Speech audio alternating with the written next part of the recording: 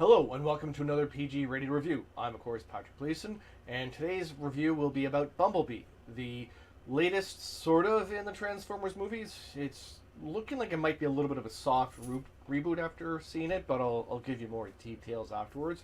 Overall, I enjoyed this. I watched the first Transformers and I believe the second and maybe even the third, but after a while they just blend in with the explosion porn and everything and gratuitous, sexualization of everything. So, yeah, they're very forgettable. This one I liked. It had a good story. They had good, strong characters overall.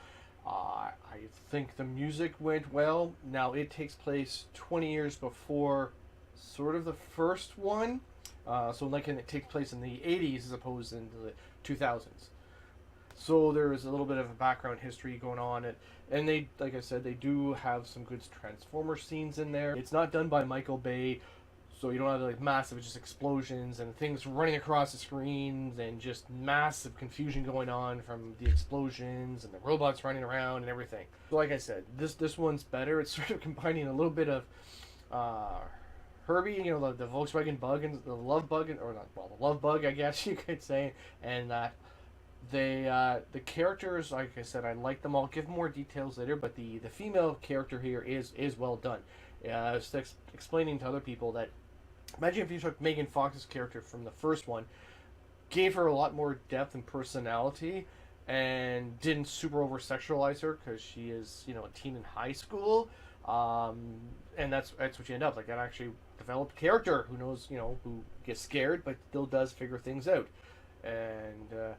So that's one thing I really enjoyed. That the story does work well. Again, it's not like the over the top. Just throw more things in the screen to see explosions on that. There's a plot. It works out, and they are, yes, building up to sequels, which is why I say it's not quite a soft reboot, or it's a sequel, but it's hard to tell. Like, we'll have to see. It did well, so we'll see what they do next in the one. And so overall, I enjoyed the movie. Most people have. That's why I actually went to see it, because I was reading good reviews from people I pay attention to on YouTube and that said it was good. So I figured, I might as well check it out, and I did enjoy it. And like I said, especially the female character, because it's not Michael Bay's super over weird, creepy sexualization of a teen. Supposedly teen. I know Megan Fox wasn't a teen at the time, but the idea was she was supposed to be a teen in the movie, and yeah, Daisy Duke shorts and all that sort of stuff just didn't work. And then in the other ones, one of the other ones he had.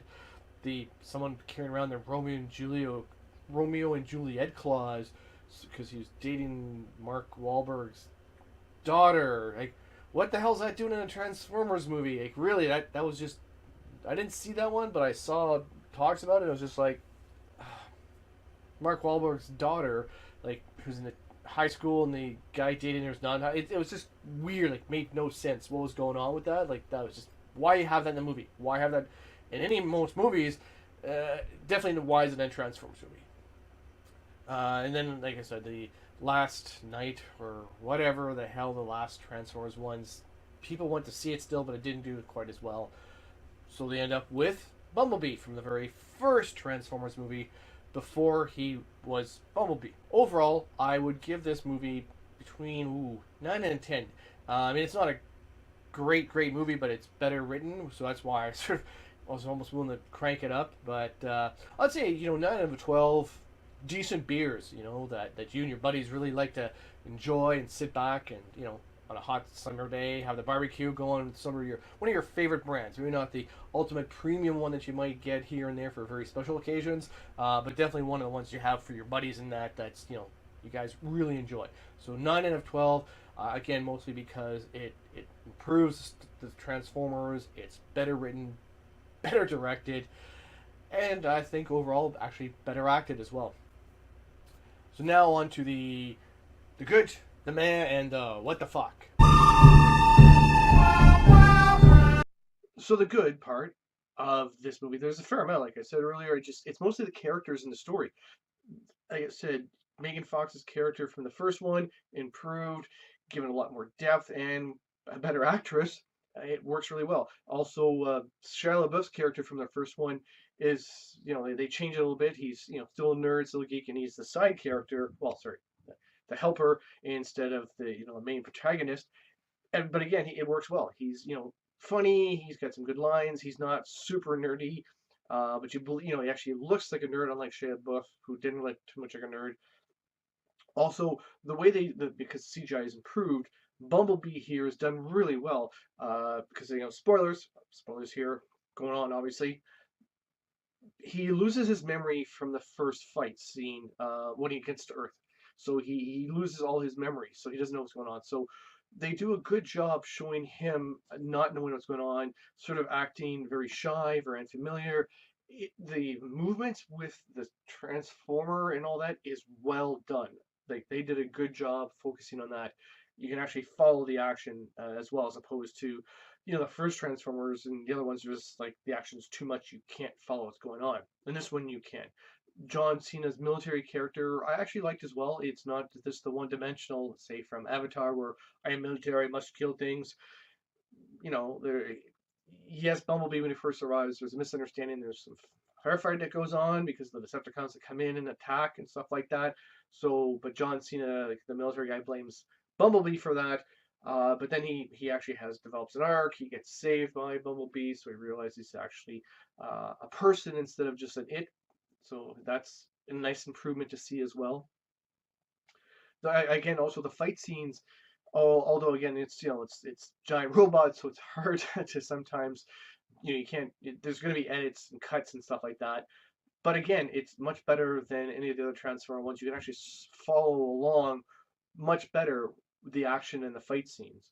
It's off on Cybertron, so you get to see the war there where the Decepticons are winning, and the Autobots have to go find a base to, you know, regroup, and plan to take back Cybertron. So the scenes on the Cybertron planet are pretty good. The action there is well done. You get to see a lot of the different Decepticons and a few of the Autobots who, well, obviously get killed.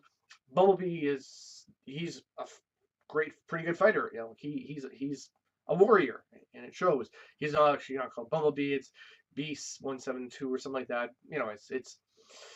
Bumblebee is his name, and Bumblebee who he is.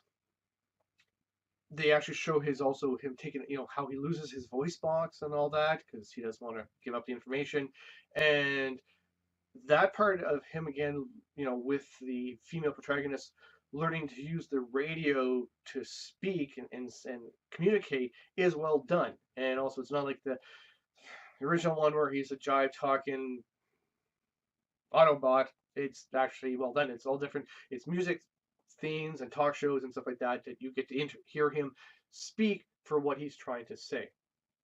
The meh was, well, sometimes there was a little bit of dragging of too much of the scenes. Uh, I mean, the protagonist lost her dad and all that, and she used to be a diver, but she doesn't want to do anymore because, that was her and her dad's thing. So since her dad's dead, she doesn't want to do that.